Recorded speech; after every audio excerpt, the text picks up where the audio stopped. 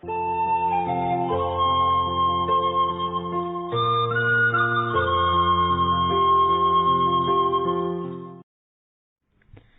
evening. Welcome to this edition of Northeast Diary. Here we bring to you the latest developments from India's unexplored, the Northeast region. Autumn has arrived with all its color and joy in the Northeast region. With autumn comes the harvesting of crops. Well, today we will learn how people in Manipur celebrate their harvest season. In this edition, we will also talk about how people in Mizoram are shifting from traditional farming and now growing exotic crops. We will also take a look at how people in Nagaland are making smarter food choices in times of the COVID pandemic.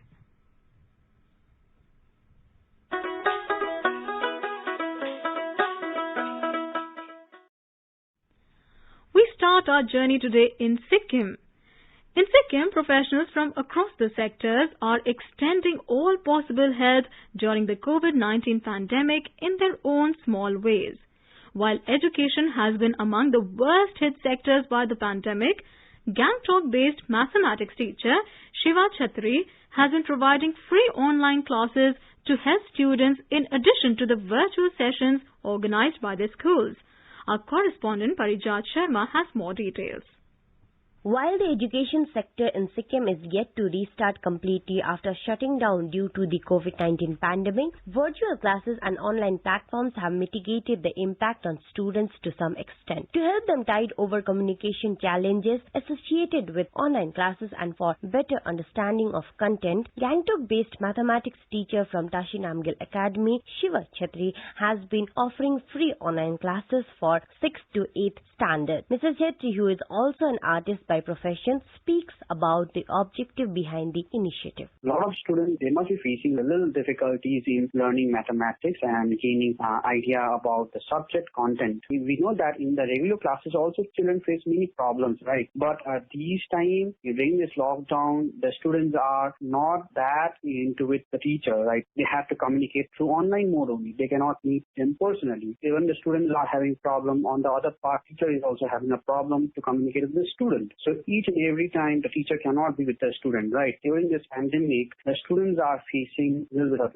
difficulties as well as the teacher. So what I have come up is like free kind of guidance for the student where student can join in the class and they can clear it out. It's something like a tuition, but not a tuition, because in tuition we go with the same topic throughout. But here in mathematics guidance, what I do is like if they have anything doubt, I just keep their doubts in my mobile phone or they need to WhatsApp me and I'll clarify that doubt in the next week. The concept of bringing this initiative as a small initiative is because the students are not able to clarify their doubts because the teacher has already been burdened with a lot of tasks from the schools, from the authority and from their own work as well. So what I do is like in my free time, the students can contact me or they can send their doubts to me with a WhatsApp and I will tend to clarify their doubts via Zoom classes. So the classes are being held via Zoom classes and the students have to register in the Zoom. I have come up with a small YouTube channel, but right now I am just preparing on that because only 2 or 3 videos I have been uploading it,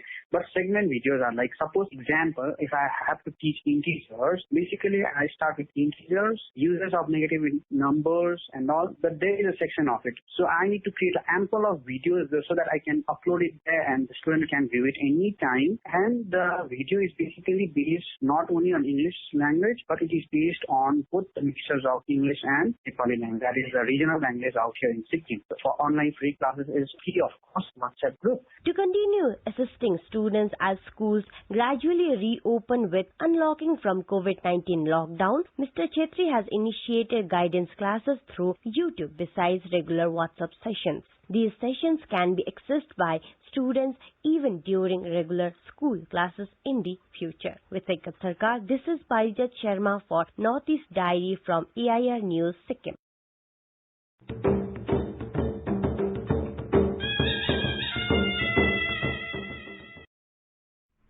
Bridging gaps between farmers and the consumer sector and helping livelihoods flourish is an initiative that is shaping lives in Meghalaya. This initiative was started in a car garage by Peter Wesley Wallang. He launched a brand, Parksiar Gardens, which is a platform to give farmers market access by showcasing fresh, natural and quality products from Meghalaya to the discerning consumers within the state and around the country. We have more details from our Shillong correspondent Sameer Verma. Parksiar Farmers Garden is an initiative taken by local young entrepreneurs in Meghalaya who has started a small agro ventures to help the local farmers and promote their produce through food processing with the help of the Meghalaya government. Parksiar Farmers Garden aims to provide access to the farmers. However, it will also create a sustainable backyard linkage with vendors to the end consumers who are looking for affordable and healthy products. Parksiar Garden deals with various kind of local delicacies and spices with the natural and organic food products. The platform is being provided by Peter Wesley Wallang to the farmer to sell their produce. The idea of the venture is to collaborate with all the farmers and build an ecosystem of sustainable market. Peter Wallang said that proper logistics supply to procure supplies on time is one such area that needs to improve. Just so happened within last year before I started in April, farmers were still approaching me, asking me for help, how to market, how to promote their products. So we started a very simple venture was we looked at food processing. We looked at what is something that is easily available in the market that we could, promote and sell. So we looked at spices which is easily available anywhere. But even though we entered in a very saturated market, we were very cautious in, how we approach in selling it. In a world battered by COVID-19, when people are looking for organic pesticide-free nutritious products, the Parksiar Farmers Garden will definitely cater to those needs to an extent. This is Sameer Verma for Northeast Diary from AIR News, Shillong.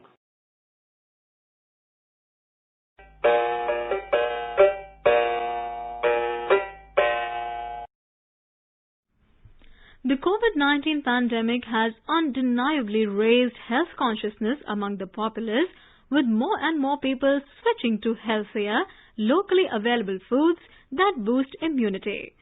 With no medicine and cure to date, humans across the globe are compelled to change their attitudes and their ways to adapt to the new normal. As such, an increasing number of people are turning to vitamins and supplements made from herbs and plants in order to stay healthy. Likewise, people in the small state of Nagaland are making smarter food choices and switching to healthier foods and greens that give maximum health benefits. To learn more about this, we now go over to our Kohima correspondent, Asanuo. In the wake of coronavirus pandemic, people in Nagaland are making smarter food choices and switching to healthier foods and greens that give maximum health benefits. There have been instances of people going through the length and breadth of fields and jungles searching for herbs and plants which are said to have many health benefits as well as to cure certain ailments. Among the list of such sought-out plants is the Moringa oleifera plants, designated by some as a miracle tree or superfood or often called as a drumstick tree. Moringa oleifera plant has been used for centuries due to its medicinal properties and health benefits. It also has antifungal, antiviral, antidepressant and anti-inflammatory properties. Some even claim that it can prevent 300 known diseases. Many supplements industries across the globe have been manufacturing food supplements made of Moringa oleifera at high prices, garnering a huge consumer base even in a small state like Nagaland. Rokobito Savino, a farmer enthusiast from Kohima, sensing huge opportunity and the medicinal value of this plant, said the cultivation of this plant can create local opportunities for local farmers through running of Moringa farms and industries. Besides Moringa plants, Nagaland state has a wealth of tremendous medicinals and aromatic plants with tremendous economic potentials. This is Aswanyo for Northeast Diary for AIR News, Kohima.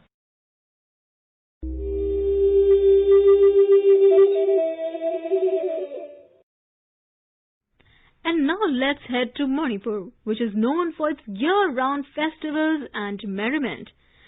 Manipur is inhabited by various ethnic communities and hardly a month passes by without a festival or two.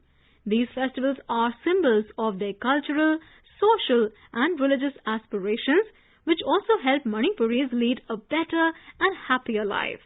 One of the festivals is Koot of Chin Kuki Mizo community, which is celebrated on the 1st of November every year across the region.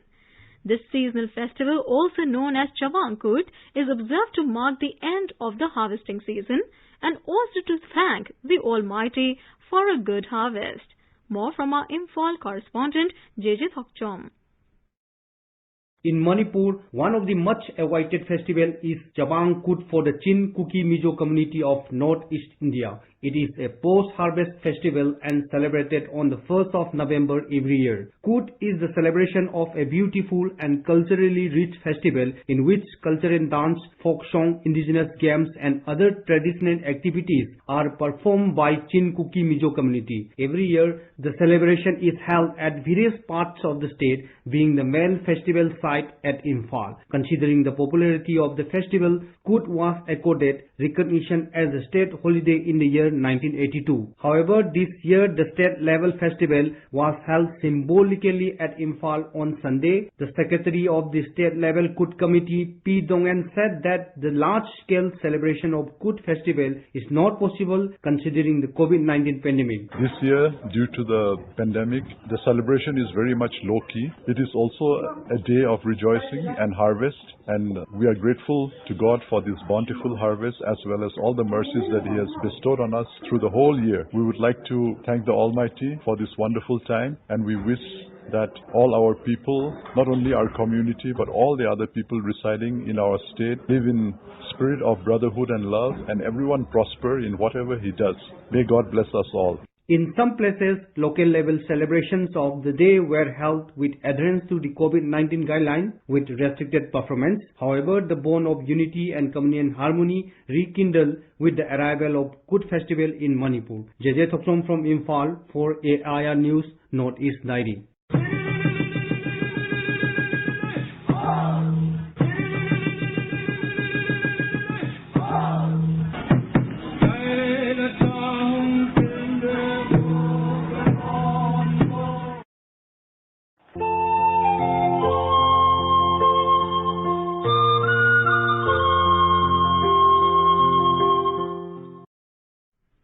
And now we go to the state of Mizoram. Well, global warming has its direct effects on life through erratic climatic conditions and untimely rainfall, which has also been causing trouble to the farming community. However, the government, with its scientific and research organizations, has been working to find ways to help the farmers mitigate the effects of climate change. New technologies are being evolved and new varieties of crops are also being chosen for cultivation as a panacea to climate change. In the hill state of Mizoram, climate change is already becoming a ground reality for scores of farmers. Changing rainfall patterns and rising temperatures are forcing them to shift from traditional farming to growing exotic crops.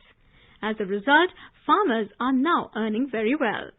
For more details, let's move to our Aizawl correspondent Irene.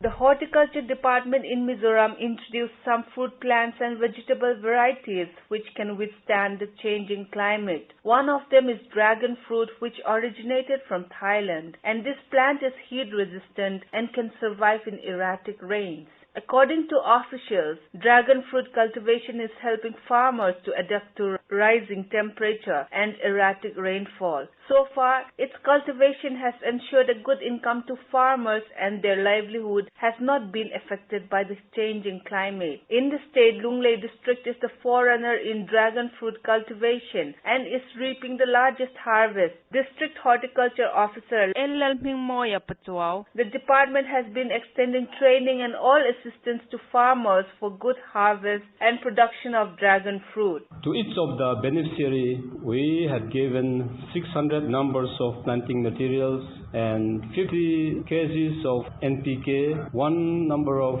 secateurs for operating and pruning their dragon fruit, and one number of 16 liters knapsack sprayer, which is used for protection of the plants from disease and pests. We also have given 10 numbers of plastic crates, which they can utilize for collecting their products and their tools and implements which they use for the farm. Each of the farmers is given rupees 60,000 for preparation of trellis and intercultural operations.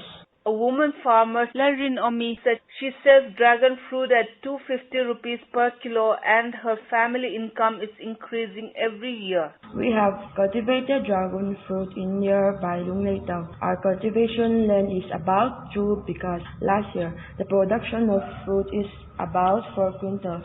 We sold in local market at the rate of 250 rupees. The fruit is very useful for our family. Our income is also increased year by year. Officials believe that the farmers of Mizoram will be able to sell the dragon fruit to other states and export overseas in coming days. We hope that the farmers will get maximum production. When the production is increased, they can export even outside Mizoram state also. Because the production in India in dragon fruit is still very less. And many of the dragon fruits have been imported from foreign countries like Vietnam and other countries. So we are hopeful that with the assistance of our department and determination of the farmers, this program will become a success. Officials informed that the farmers of Lunglei harvested about 8,000 dragon fruits weighing about 148 quintals last year. They earned over 36 lakh rupees by selling the fruits at 250 rupees a kilo. This year, over 9,000 fruits have been produced and more is being expected. Officials said hundreds of farmers are now cultivating dragon fruit and they are about to script a new success story. For Northeast Diary, this is Irene from AIR News, Aizawl. चलो मिलकर एक शुरुआत करें, चलो एक फैसला आज करें, मास्क नहीं तो टोकेंगे, कोरोना को रोकेंगे, चलो एक इरादा करते हैं, चलो कुछ वादा करते हैं, मास्क नहीं तो टोकेंगे, कोरोना को रोकेंगे.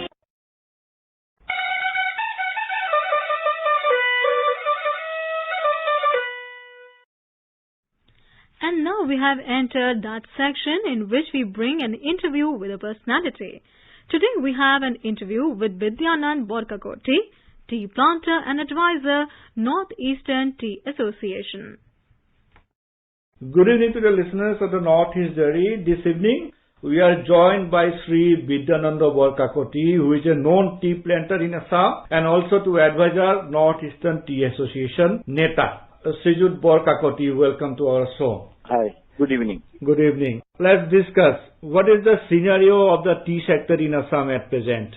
This year, 2000 year, the tea scenario has been very good. In spite of the COVID pandemic, the tea industry is doing well. And also, even though our production started little late because there was lockdown, and but during the lockdown period also, we were able to pay the wages on time. And also, there is not a single person has lost job in the tea sector, so for which we are very proud of. And by and large, 2020 has been very good for the tea sector, and we hope that it will continue for the next year as well. Okay, glad to know. And how do you see the prospect in coming days?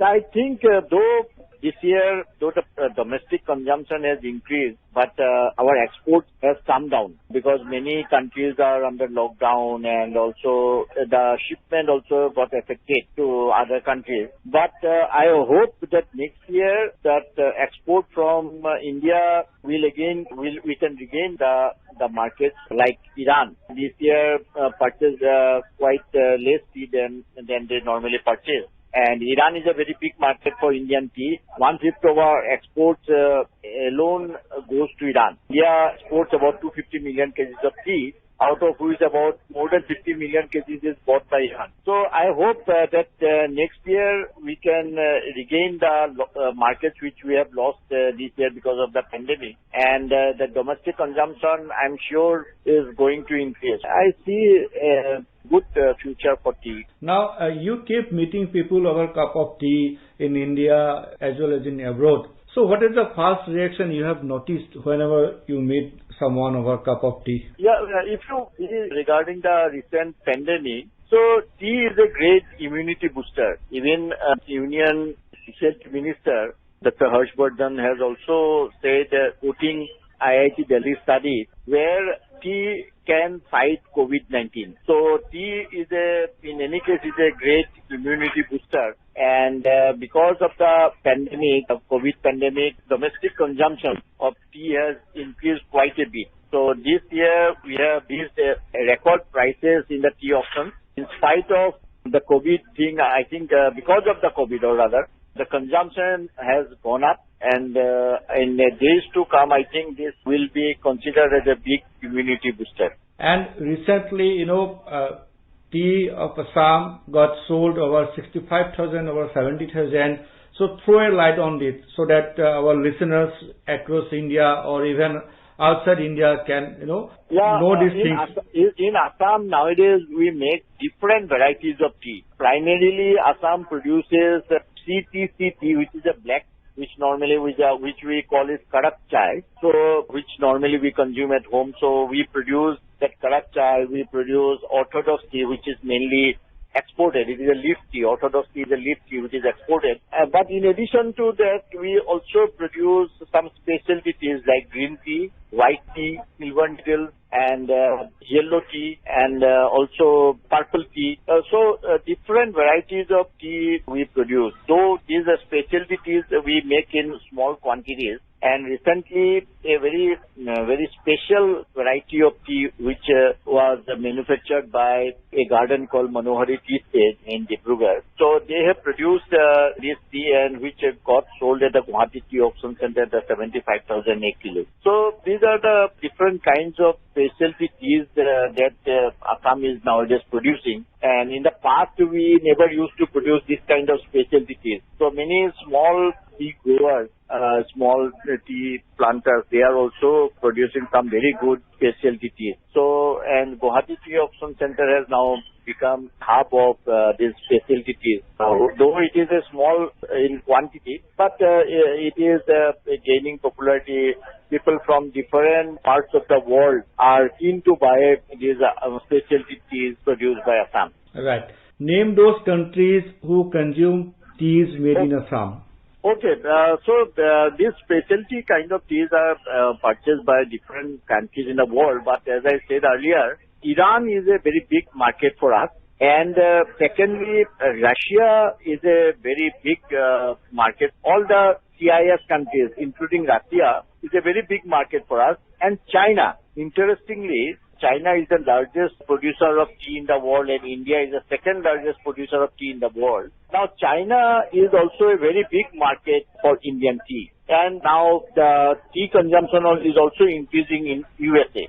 So these are the countries, but we export teas to about 26, 27 countries in the world. But Russia, the CIS countries, including Russia, Iran, US, China, Germany, UK, these are very important markets for Indian tea. Right. And government of Assam has already declared tea as a state drink. What is the national prospect? The Parliamentary Standing Committee on Commerce has already recommended tea to be declared as the national drink of India. And we are hoping that our Honorable Prime Minister, he will declare tea as the national drink of India. And it is already a national drink. But officially, we hope the Government of India will make it an official announcement and declare tea as the national drink of India, because tea is of India origin and coffee is not of India origin. So that is our biggest argument when people ask why tea should be declared and why not coffee. Because coffee is not of India origin and tea is of India origin.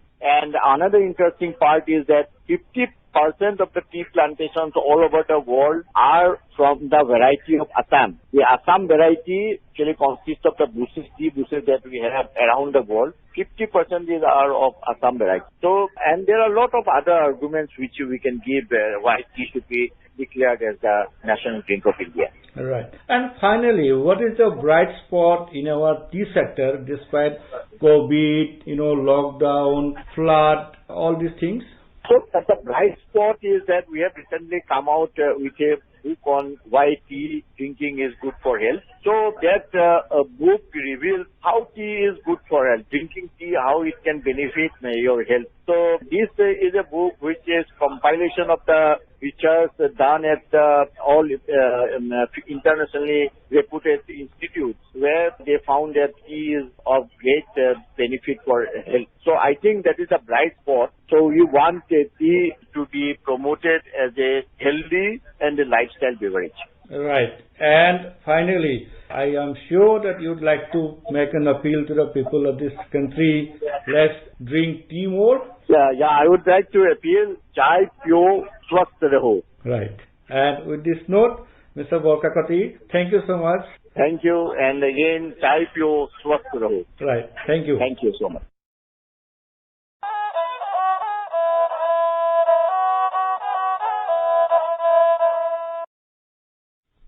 The Northeast, with its 8 states, is blessed with scenic natural beauty, rich biodiversity, rare wildlife, historical and archaeological sites, and distinct cultural and ethnic heritage.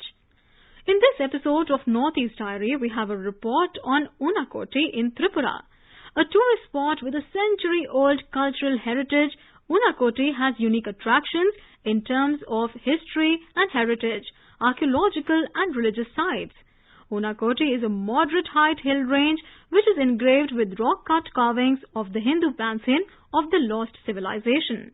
The place is situated in cool and calm ambience of lush green surroundings.